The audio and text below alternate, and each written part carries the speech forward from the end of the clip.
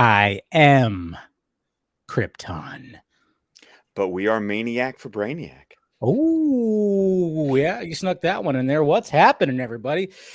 Ooh, we got a creepy one right here. I'm telling you, folks, when it comes to all the AI talk, the chat GPT, this is where we might be headed. We might be headed to something like this. So, let's be wary out there, okay? Save us, smart people out there. Come on, because we don't want... you Brainiacs out there. Yeah. Okay. I like it. I like it. All you brainiacs out there, prevent an actual brainiac, because this guy, he consumes knowledge, doesn't really care if you live. Well, all right. And I'm going to get a start before you get started with grading people. Fun fact. Okay. This character is the origin of the word Brainiac. Is it really? According to the Oxford English Dictionary, which of course I would have a copy of. Of course. Because the Oxford English Dictionary does talk about the first time the word was ever mentioned in the English language. Brainiac, the character from Superman comics, is listed in the OED as the origin for the term Brainiac. Wow, I would have thought that somebody coined that phrase way back when, and then they just No. kind of used it. Man, so this character created when people just say, like, okay, Brainiac. That's pretty crazy. This was the first appearance of that word in print. That's awesome. See, this is why you watch. This is why you tune in, folks. But yes, welcome to DC Fan-imated, the DC Fan-imated stream. Of course, Dave the Film Junkie, and of course we got Mr. Scott McClellan. We started a little bit later. Sorry about that, but hey, it happens. It was me. It was me. We were actually just discussing it beforehand. Both Dave and I are going to the early access fan screenings of Mission Impossible: Dead Reckoning Part 1. But my wife discovered she'd only watched the first 2 Mission Impossible movies. So we've been marathoning. So tonight was Fallout. Nice. Because we're seeing it tomorrow. We're seeing Dead Reckoning tomorrow. Yeah. So it's kind of like... Has she been liking it? Has she been liking the whole series? She is. She has a very interesting choice for favorite, I have to admit. Which one? Ghost Protocol. No shit. I could see that. I mean, when it came to like going from, let's face it, the first 3 are just all over the place. When you see like the tone and the different directors, and then of course even the 4th one, because it's still Brad Bird. Yeah, but exactly. It was leading into, I guess, where you could say where we're at now. It's more, I think it more aligns with the recent ones than the previous 3. I think it was that bridge. It was definitely that bridge. But I can't wait to see Dead Reckoning tomorrow. It's going to be great. Let's say hi to some people. We got Lawrence right here. We got Blue Beetle Battalion in the house. Okay, cool. Darkness, iconic line from Yes, I Am Krypton. There we go. We got Mama Film Junkie here. Good to see you, Mom. And we got Tony Movie Chappie D9 Neil Blomkamp fan. Rewatch from Fantastic Four. Okay.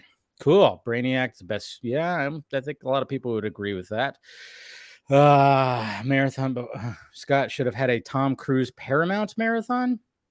I kind of did. That kind of is that. So, Corey Burton, yeah. He really is a great brain. Even though I will say, Corey Burton, great Brainiac, but y'all don't sleep on Krypton. If you've not watched the 2 seasons of Krypton, that Brainiac, it run for the money. I will not lie. I still have not watched it yet, but just the clips I saw, and just when you talk about a live action Brainiac, holy shit.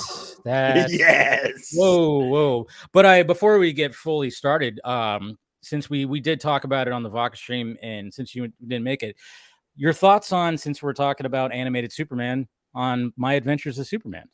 It's cute. Yeah. It's a really cute show. It's so cute. My 7-year-old is all in. He was the one who I watched it with all the boys, but he was the one who asked to watch it again the next day. Of course, it was kind of funny for me because there was some, I had fun with the Easter eggs and the references, and there being even Easter eggs and references I didn't even know were there, because I had 3 boys climbing over me while I was watching it the first time. I totally missed the fact that they kept on calling that woman Leslie the entire time, because I just looked at her power set and I was like, oh, it's like Livewire. And then I go, oh, it really is live wire. Okay. Like, yeah, it just kind of led to there. Cool. I know. I said that too. I was like, I thought, yeah, I said, I think when I did my review, I said, well, that was adorable, because it is that. And there's a lot of cool little fresh takes in there. And the main sensibility of it, actually. Yeah. You know what? It grabbed me enough. Yeah. Yeah, it grabbed me enough to be like, all right, I want to see where this goes, because I was liking the build up to him getting the costume and the way that he did. And yeah, I'm not a big anime fan, and I get that the animation style is very anime, and even when he finally does get his costume, it is just like people were like, oh, it's total Sailor Moon. I'm like, all right, I get it. I've seen clips, but yeah, but I dug it. I like the dynamic of Clark, Lois, and Jimmy. I think it's just going to be something fun that's like my kid, particularly my 7-year-old. Declan obviously is in on this. And I'm sorry, when you end in that creepy room with who I did not realize until I watched the credits was Slade Wilson. Yeah, I know. I didn't either. Because they never call him by name like in the episode. And he's got that hair that's like you don't really see it as Slade. But when you realize you go, oh, the hair's white. Yeah. And it's covering his eye like it's an eye patch. And then he's got the colors. He's got the colors. Yeah. There's all the things that once you go, oh, that's Slade Wilson. And then you start, but still, when he name drops Task Force X and Amanda Waller standing behind him in that final scene, I'm just like, all right. Like, I have to admit that last scene kind of made me go, okay. Yeah, okay. It's almost like they're kind of leading you to believe that, but if you haven't watched any of the reports about the creator saying that he's holding off on Lex Luthor, if you didn't hear about that, you probably would have thought, oh, there's got to be Lex involved with this, right? This is who maybe this mystery character might end up being or something like that, or who she's talking to. But then of course she meets up with this. I don't know. That's the way I kind of looked at it. And I like that, but then it kind of just threw a curveball and everybody's like, wait a minute, what? But it's going to be a good show, I think. And when I kind of was reading up and they've already kind of announced characters who are going to be showing up later on in the season. I haven't done that. Oh, do you want to hear some of the names? Nah.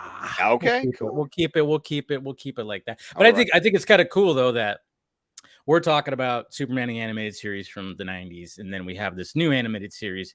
And I was just like, as I was watching that, I was just kind of going, this is pretty cool. It's like, because of what we're doing now. I mean, we just talked, we started, about 8 weeks ago, I guess you could say. But at the same time, it's just kind of cool to like that we're doing this while that is beginning. It's just a fresh take for now, as opposed to, and then, just the way that, where was I going with this? I had a thought and it just totally left my brain. Maybe it'll come back later, but I just like the fact that we're like kind of like doing a parallel. We got a new era. Yeah. Era with all new kids. Like your kids are enjoying this, and we enjoyed this animated series when we were kids. And I'm kind of wondering when is Brainiac going to show in that up and down? Ooh, I would be really kind of interested to see an anime-inspired version of Brainiac. That would be kind of cool. And it's kind of cool, too, because we have robots. We have Brainiac, drones, robots that Superman fights in this episode. He, in that first episode of My Adventures, he fights robots and stuff, which, I think it was Rebecca on the Vodka stream that said, like, it almost was like a callback to the Flesher I had someone else in my, and I think it was Edward of Many Fandoms, felt like it was an homage to that first Fleischer short. So yeah, I didn't even like put that together. I'm like, oh yeah, that does. Yeah, maybe they were doing like a little homage to that. So that's cool. But yeah, we're talking Brainiac here. Obviously, the last time we've heard anything from Brainiac was at the my printer just made noise. Brainiac's taking over, guys. That's always creepy when your printer just decides to make like a little noise. Oof, right there. AI is taking over. No, but the last time we saw him was at the part 3 of Last Son of Krypton. He was the stinger at the end of part 3. So, yeah, where he wiped out those aliens, which was pretty dark. And then of course we just go, all right, well, we'll see what happens. When is he going to be coming back? And sure enough, he's coming back right here.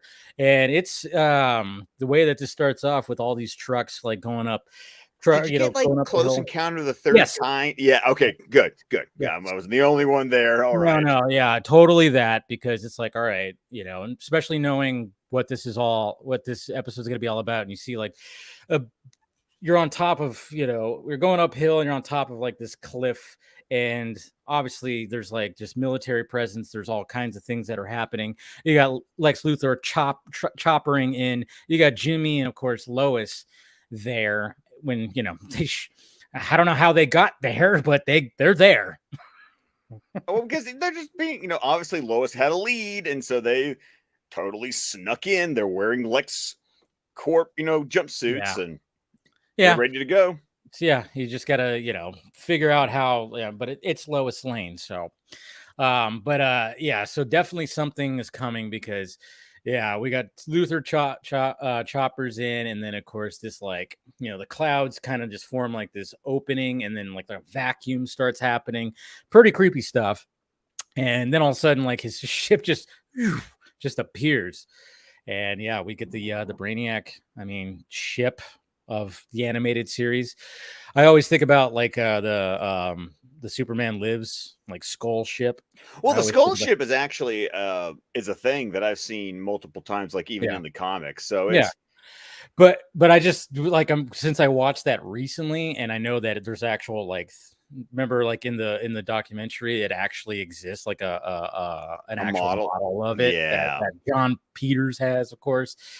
But I just always loved that design. And well, all those designs, speaking of trying to do a live action Brainiac, my God, those designs for that Brainiac and having like the spider body and all that, just so creepy. This one, not so much. It's all robotic. And the eyes are creepy. Are creepy. Yeah, I know. It's interesting though that we know it's Brainiac because we're watching. I'm kind of, I would be curious to go back and watch this episode for the first time, because when you see his body, really it's the 3 dots on his head that has got to be like the giveaway, because otherwise you're almost like Superman in this episode where you don't know who he is. Yeah, exactly. And then, even with, it's Brainiac, it's an artificial intelligence. It just could be some just being a robot that he just sends down there. But I think they wanted to give like the animation design for Brainiac. Yes, the eyes are creepy. You could see it right above like your right shoulder with the thumbnail. And I think they wanted to make sure they give the indication with the 3 dots. But you could see those freaking eyes, man. And they're just I think it's also interesting because Jimmy even says, "Who's the green guy?" Yeah. And I think it's interesting because, traditionally Brainiac is green in the comics, and they went with a much subtler, like it's not a green, it's kind of it's more of a teal for him. So I thought it was an interesting coloring choice in the character design to hint at the green without it being almost like the puke green that you're used to seeing Brainiac traditionally in the comics, whether it's a robotic Brainiac or if it's the Milton Fine version of Brainiac.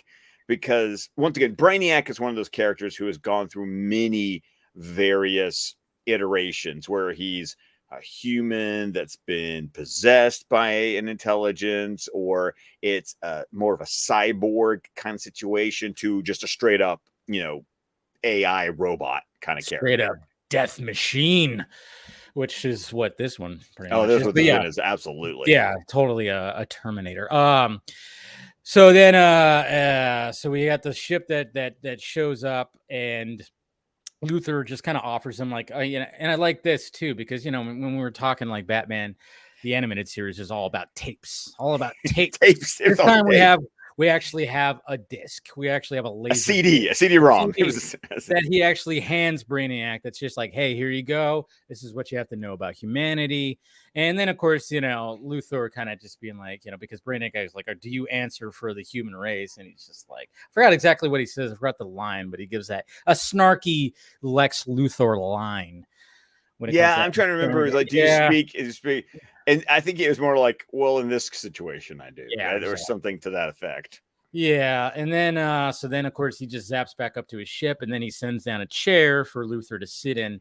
Okay, just because I'm a DC fan, I got Yeah, like weird, like Mobius chair vibes. Like I was thinking, like New Gods and stuff. yeah, I don't know if that was intentional or not. But could have anytime I see a floating chair in the DC universe, been with I think Mobius. of the Metron and the Mobius chair. Yeah, I mean they could have been thrown back to that. I wouldn't be surprised because why not? So then, like nerds like us, will be talking about it, 30 years later. Be like, hey, maybe was there something there? And then he says, well, yeah, when he's talking about this and exchanging, I like how he's just like he brings up like the fact that it's or like I forgot why I wrote this line. Damn it, because I watched the episode yesterday. But he talks about free enterprise. He Okay, says okay. that, So this is yes, what you're talking about though is that you skipped ahead a little bit I did. because Oh Superman yeah, gets contacted by basically like the Pentagon. They bring in Luther that's right. and Yeah, and and yeah. the and that almost like the Security Council is almost like, have you heard of national security? And Luther's response is, have you heard of free enterprise? That's what it was. Yeah, I Because did he's skip talking about ahead. how Yeah, Luther Corp satellites intercepted the transmission. I made basically it's like my tech, my stuff made this meeting possible. yeah. So I get to benefit firsthand from any information or technology that Brainiac is willing to share.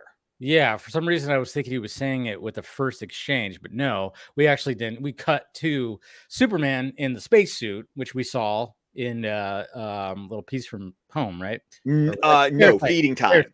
feeding time. Yeah, the Parasite Feeding time episode. because it was in the background when he was Yes. testing the anti-kryptonite suit.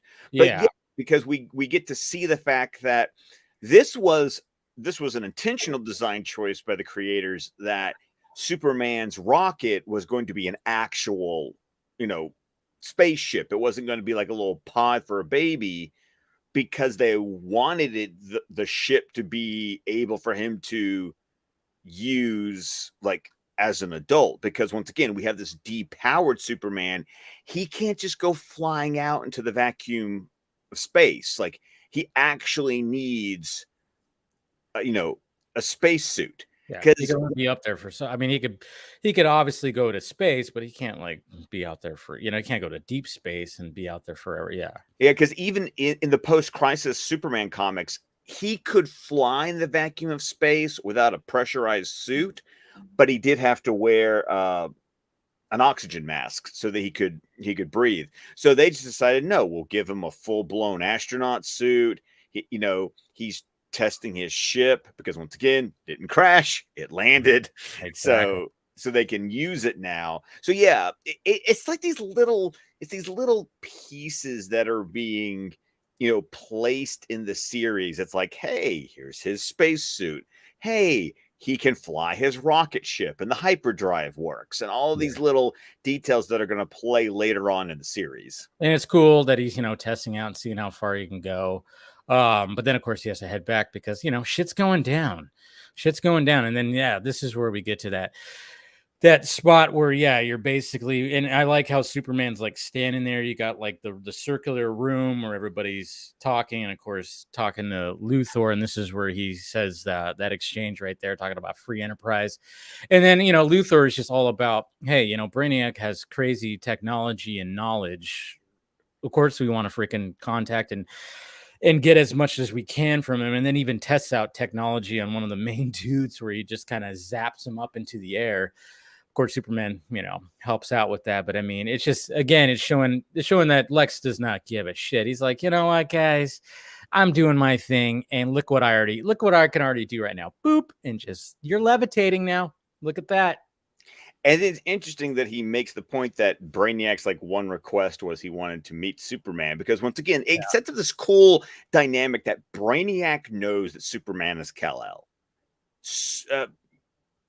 Superman has no idea No, who Brainiac is. no. And I love the fact that this episode is almost like a mystery for him to figure that out, because remember the only contact he's had with Krypton or his parents is that one little message he got in Last Son of Krypton Part 2 that was just basically, hey, you're an alien, you'll have powers, do the right thing.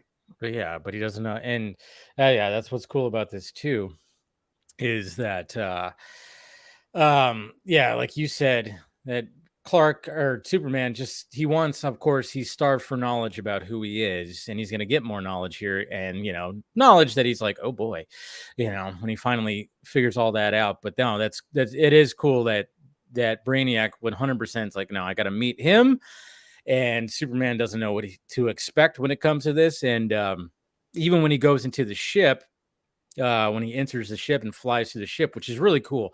I don't know, I just like it when he's like flying into the into Brainiac's ship, and it's just, you could feel like the coldness of it a little bit, just with the background noise as he's doing that. And then of course he sees like Kryptonian lettering on something, and he's like, whoa, it's Kryptonian. And then of course, naturally, what happens? Well, we got Brainiac's robots is going to start attacking, because why not?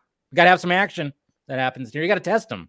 We got to test him, right? Because Brainiac, being the analytical machine that he is, he realizes that Kryptonians will have powers on Earth, but he doesn't, and he only knows it because Luthor told him.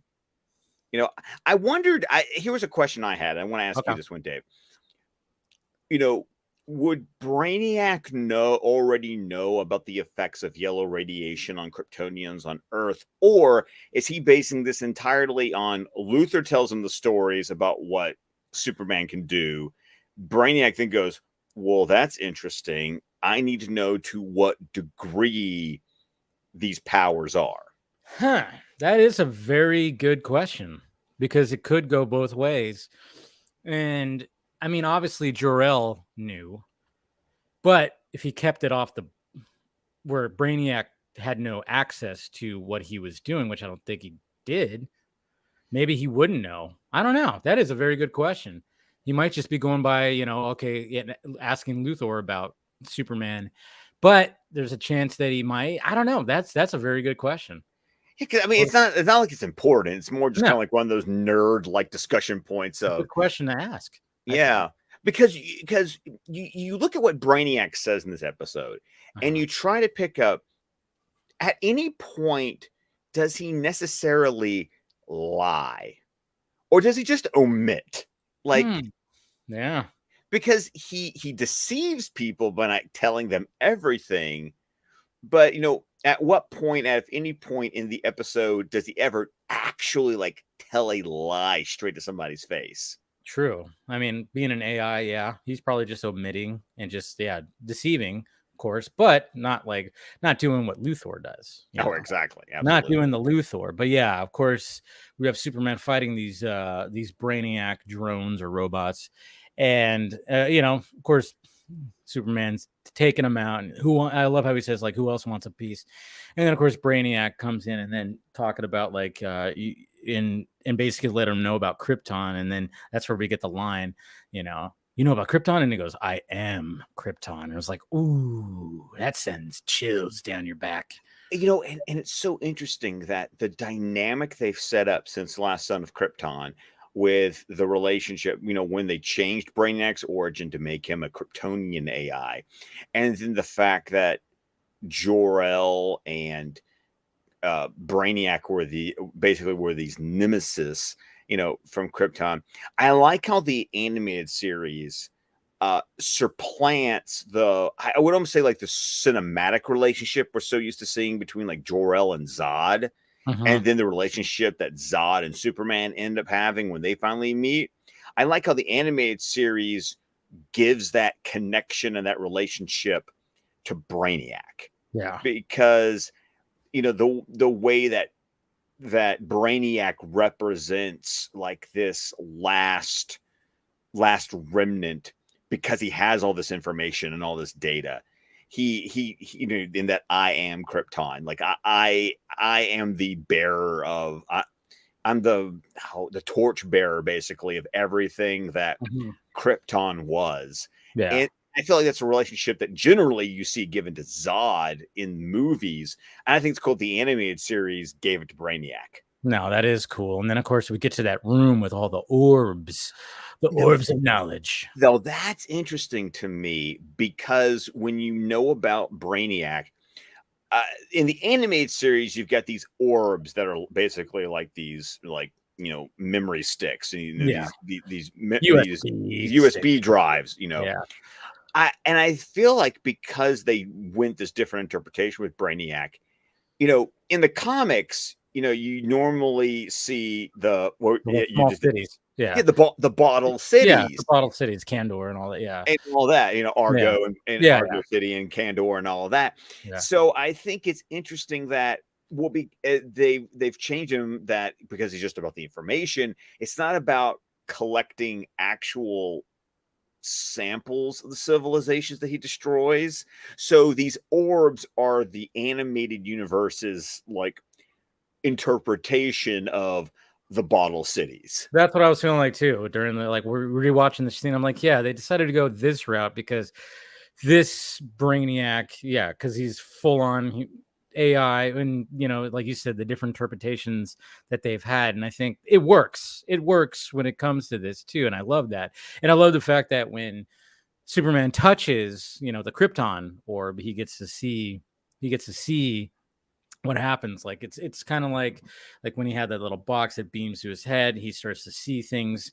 So I do like the fact that like he starts seeing like what exactly like was going on, and obviously there's the different planets and everything, but yeah, it's just that he sees his father, of course, naturally. And then I like it when Brainiac starts to try to make a deal with Superman, like, hey, I'll offer you the universe. We could be the twin sons of Krypton. I like that line. The twin sons of Krypton. I Like like what? it, but and he's also tempting him with the one thing he wants, which is because Superman once again knows nothing about where he came from at Yes. all. He you don't have a Jor-El AI giving him a download about Krypton in this version of the story. So really, if he wants information, Brainiac is his only source. This orb is literally all he's got left. And Uh-huh. so I love the idea of, you know, Brainiac's playing Superman with the one thing he knows he actually desperately wants. I'm gonna make you an offer you can Can't refuse. refuse. Pretty much, man. That's what he's doing. And Superman at first, like when he's I love it how we get back to Clark's apartment, and not to mention, I mean, Jesus Christ, what do we see? Like his TV is on the wall. This is Yes. 1996, right? 1996. 1996, Yeah, yes. and his TV's on the wall. Now, granted, it doesn't look like a flat screen. It has that little like that rim around it where it almost looks like it's just the TV's just built into the wall. But it was just kind of funny. I was like, oh wow. Like look at like back then, like they were already, people were already thinking about like TVs like up on the wall like that. Again, this is Metropolis, a little more futuristic. Well, and interesting little point. Okay. That's that idea of TVs on walls has Mhm. actually existed in like print science fiction since at least like the Yeah. 1950s. Yeah, there's been probably scattered, but I pointed that out. I put like TV on the wall, look at that. And this is where you get your line that you said, maniac for Brainiac. Yeah, Angela Chin Yeah, on the TV. Yeah, I was like, yeah, that sounds like something a news reporter, exactly. a news Exactly. anchor would say. Yeah, Trying to make absolutely. light of like this this dude that's coming down, this alien, which is pretty cool. And then of course we get like a nightmare from Clark, and it's pretty intense. It's a pretty intense dream. Obviously he's just like floating in space. He sees his dad again, and yeah, I mean, this is where like Clark's just like going like, wait a minute, there's Well, something not right. I think because he held onto the orb, obviously there was some sort of information transfer, Mhm. and it took his subconscious to be Yeah. able to access, whatever information, he. I don't think Brainiac intended for him to No, get that information. because it shows Krypton blowing up. And he Yes. didn't want him to see that. He wanted to him to see Krypton, see his parents, and see like, oh yeah, yeah, that's what it is. But when it came to his subconscious, it got stored in there where he sees what happened. He sees the Jor-El attack, and you're saying, hey, don't trust him. Yes, the backstabbing of it. You're uploading you're downloading yourself into the satellite, or uploading, whatever the heck, Well, they say downloading, but it really should have been uploading. It's uploading, yes. I know. I always I was like, wait, he does, yeah. But yeah, we see all that. So then now Clark is like, okay. Now Superman's like, okay, yeah, we should not be doing this. So I got to go. Guess what I got to do? I got to warn Lex Luthor about this guy.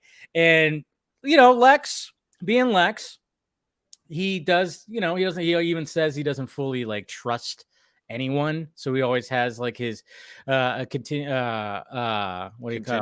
Contingency. Yeah, I was like, continuation, that's not it. Contingency plan, which he does. He has a bunch of missiles that are aimed at the ship, and then you just kind of go like, is that going to really do anything? I had that same thought, actually. Yeah. I'm glad I wasn't the only one. I don't know. It's like, this is like, this dude's like, okay, well, I mean, you got to have something, I guess, right? But I would have thought like maybe have some laser things that are whatever, but you're Lex Luthor, for shit's sake. But so it's like you have access to like some really cool shit. But I mean, it's a fuck ton of explosives. So I guess it'll work. And of course, they're gonna be Brainiac's gonna connect to Luthor's system to just kind of like start loading up into it and just kind of getting access to a lot of things, which of course that doesn't sound great.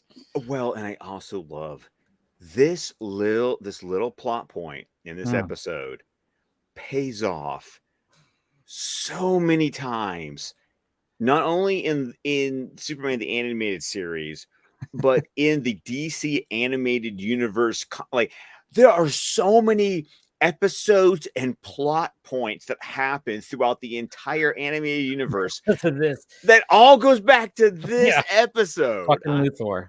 I know, right? Because when we get towards the end, even though like things go well, there's a little bit left over. We get another stinger. We get a little stinger now. But interesting, the stinger actually isn't what ends the episode, so I thought that was interesting. But yeah, it's such a cool, like, this one little bit in this one little episode, and man, they mined that for literally years to come. Yeah, they definitely do. So obviously, everything starts going haywire. I love how there's like a dude that has like sunglasses that's like part of like the crew. He's like wearing sunglasses. Anyways, I don't know. I just thought it was kind of cool. Just some cool, Brainiac. Yeah, he's a Brainiac in his own reserve. And he's just wearing sunglasses. Anyways, so obviously things are like going wrong, and then when it comes to Superman, he goes back up to the ship and he starts touching the other orbs. So we start seeing other planets getting destroyed by Brainiac. So basically it's showing that Brainiac is just going in, getting all the knowledge. This is probably my favorite scene of the episode. Yeah, I mean, it's such a crazy. I mean, the music, Michael McCushen's score is playing, and there's that really cool, like, 360 shot of Superman, like, as watching one of the planets get destroyed. And it's such a great moment in the episode. Oh man, it is, because it's just coming to the realization, like, oh yeah, he's here to gather. I mean, he's a locust. He's gonna gather what he can, consume all the knowledge, and then just wipe you out, because hey, guess what, I don't need you anymore. I just want your knowledge. I don't care about you, the species itself. I just want all the knowledge. That's what he wants. And so we see all that. It's a great scene. And then of course Luthor and his crew are trying to, of course, they were like, hey, just like pull the plug, but it's like, hey, we got backup batteries, dude. It's just gonna kick in. It's gonna keep going. So it's like, yeah, your contingency is not so great. And then of course, I mean, obviously that's where Luthor is just gonna be like, all right, well, start firing everything like that. But then of course we get Brainiac just kind of just saying like, yeah, basically confessing that this is what I do to Superman. It's such a great. It's like the ripping off the mask. It's Brainiac monologuing basically, but it's like, no, this is who I am. Yeah. And whoever has the information, it is more valuable the fewer people who possess it. And so his idea, well, how much fewer can you get than one? I'm like, I'm it. Exactly. So then we get a little Brainiac Superman face off right here, which we're gonna jump right in here. We're already Which gonna is a jump. little creepy. I mean, It is creepy to when see he comes something. out in that chair. Yeah. Oh man, Yeah. now that would look. Krypton does something like that, but I'm Do they? talking about like the fingers and The finger and the face coming out and shit. oh Yeah. yeah. But When he was man, doing that. could you go full horror movie with this? And I Mhm. would think this would go. This would be so cool. Yes, hopefully we'll be getting something live action like this soon. But yeah, we're already like in like obviously you can see Superman right here being what do you say, like not tied up, but whatever. He's being like wrenched. Like this is Yeah. painful looking to me. Yeah, and he's trying his best. So here we go. But he's pulling back. Yeah, so he doesn't get like twisted in half. That's right. Use that core. Hey, look at that. And then it's also an interesting concept about Brainiac, how he's not necessarily like a robot of action. He just sits in his chair. exactly. And He's just it controls all these other things. And I love this too. And I love how Superman starts punching. He starts punching the lamp. Oh, that is such a Fleischer thing, by the way. Like, punching the ray beam. Exactly. I love that. Core is great. Everything's great. And then just ripping everything apart. Luthor's like, I'm fucked. We're fucked. And then he's like, all right, we got it. We're good. There's the guy with the sunglasses. We've regained control. Take Brainiac off. The blinky cursor. Permanently. Because it's MS-DOS, apparently. Right? Hey, it's 1996. And this is where they start shooting the missiles. Hey, now you can do it. Hey, by 1996, we had Windows 96. That's true. That's actually true. You're right. You are your father's son. Oh, this is the scene. Headstrong, foolish, easily forgotten. and ultimately forgotten. It just gives him a bitch slap. And then Oh, the those fingers. fingers.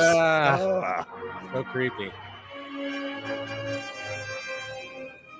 Uh-oh. And then it's like, well, yeah, of course he's going to have something like that. Luthor, what'd you think?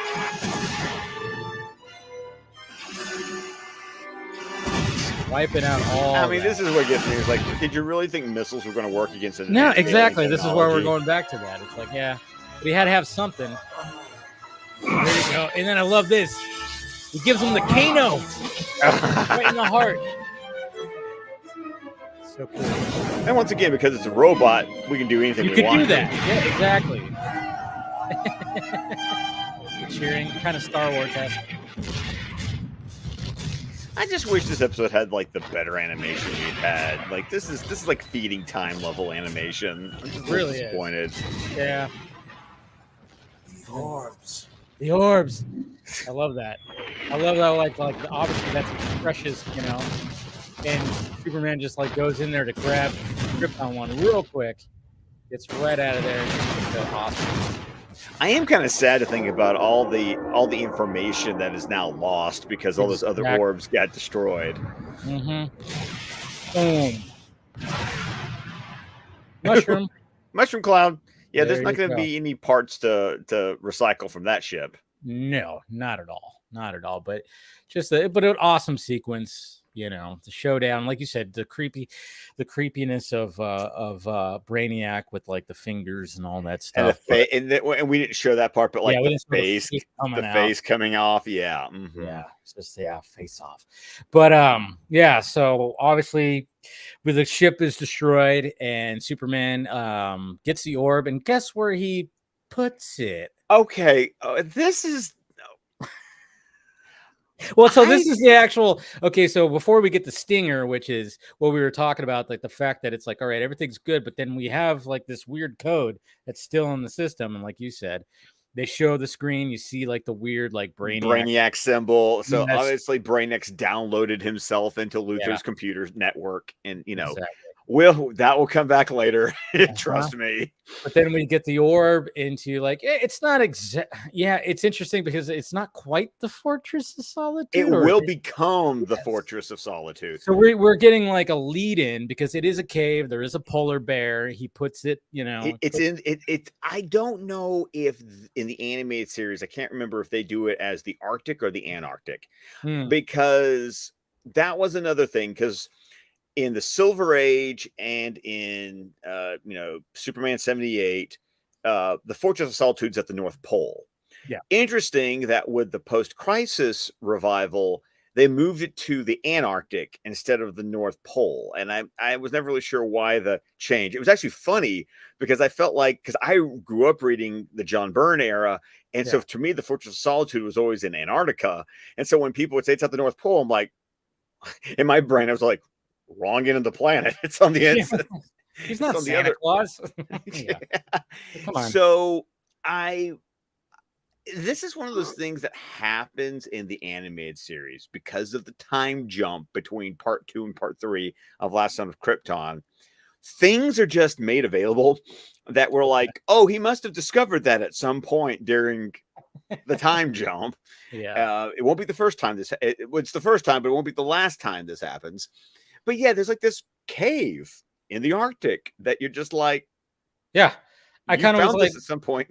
It was funny because like when it happened, I'm like, okay, yeah, it's the beginnings of the Fortress of Solitude, but like, I mean, 22 minutes to fit into, but at the same time, it's just like, all right, there was just nothing to just, we're just here now. Okay, cool, fine. I mean, all Superman fans are going to know exactly kind of what that's going to be. I guess they're just assuming that.